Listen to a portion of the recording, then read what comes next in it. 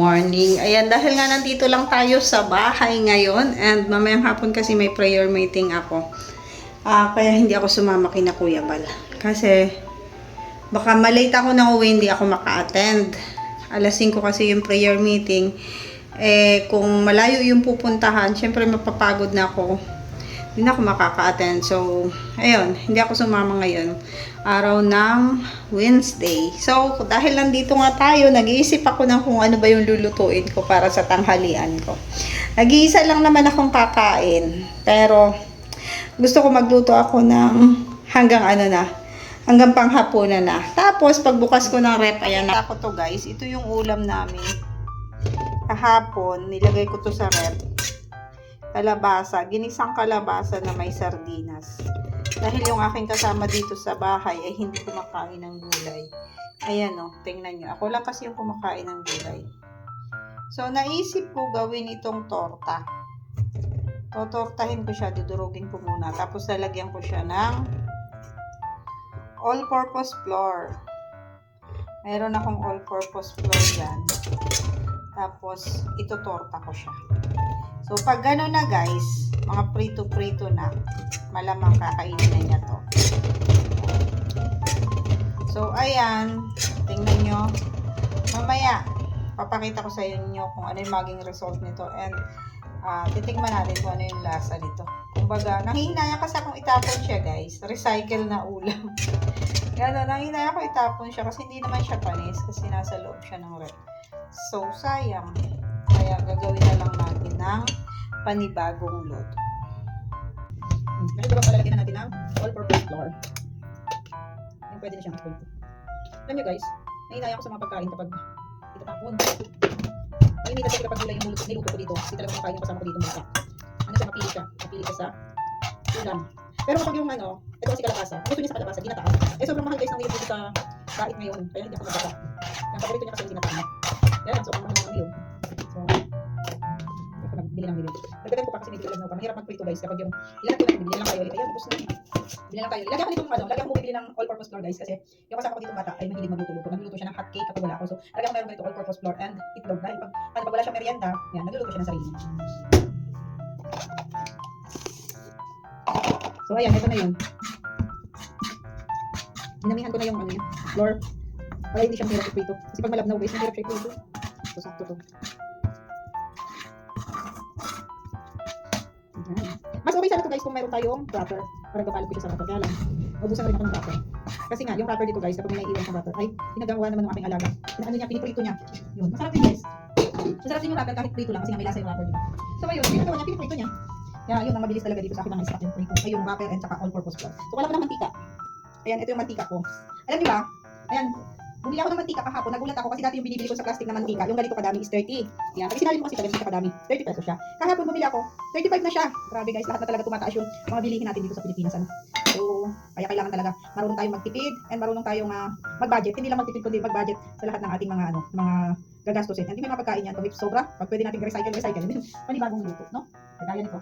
Mamaya, titikman natin kung ano magiging lasa nito. First time ko itong gawin guys, experiment ko lang to. Kasi nga nanghihinayang lang ako dito, nanghihinayang ko dito sa gulay. May halo kasi ito guys, may halo siya sardinas. Para sa akin, sarap-sarap yung ginis akong sardinas, pero yung kasama ko ayaw. So, kailangan natin siyang lutuin.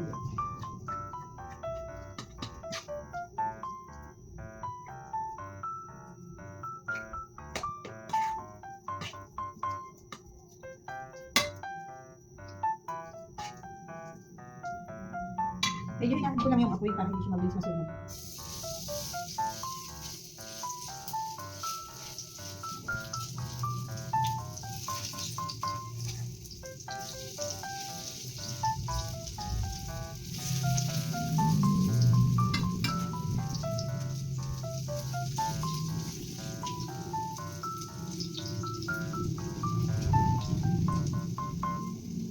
Alam niyo na, amoy ko yung amoy ng sardinas kasi nga sardinas ang halo nito.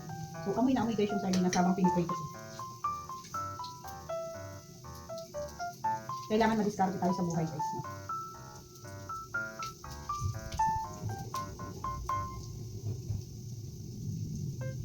Yan.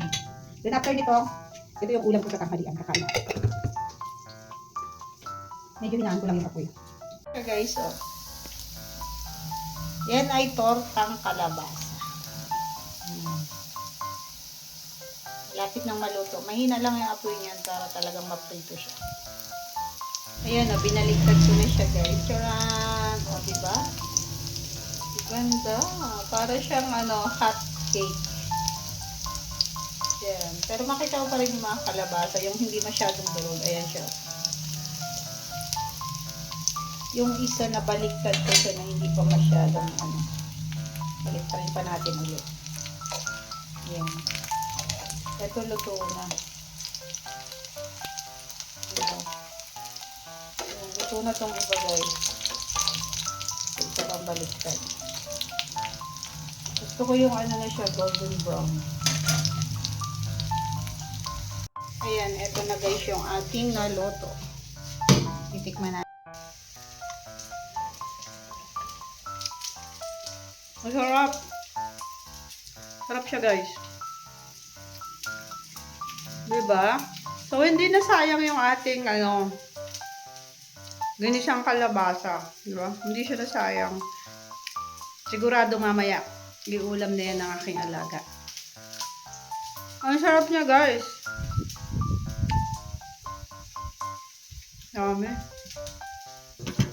Kain na tayo. Ito yung ulam.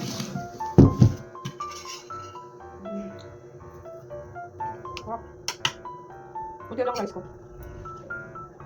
Masarap na niya. Kakaibang luto ng kalabasa.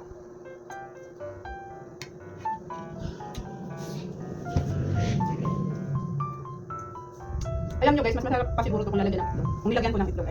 Kaso hindi ko na nilagyan kasi naubusan na rin ako ng itlog. So, hindi ko siya nilagyan. Pero kahit yung ganito lang, masarap na. Alam nyo guys, trinay ko yung mayonnaise at saka yung tinorta ko. Diba? Nilagay ko siya dito, oh. Masarap siya.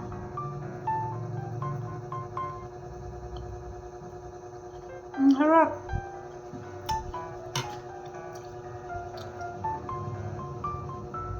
Mas sumarap siya guys nung parang ang tawag doon. Basta masarap siya guys.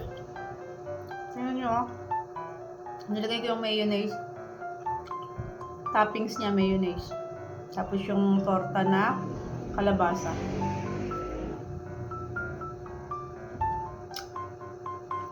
Buti na lang, konti lang kinuha kong rice. Tapos, naisip ko lang, try ko to. Lalagyan ko ng mayonnaise sa ibabaw. Sarap.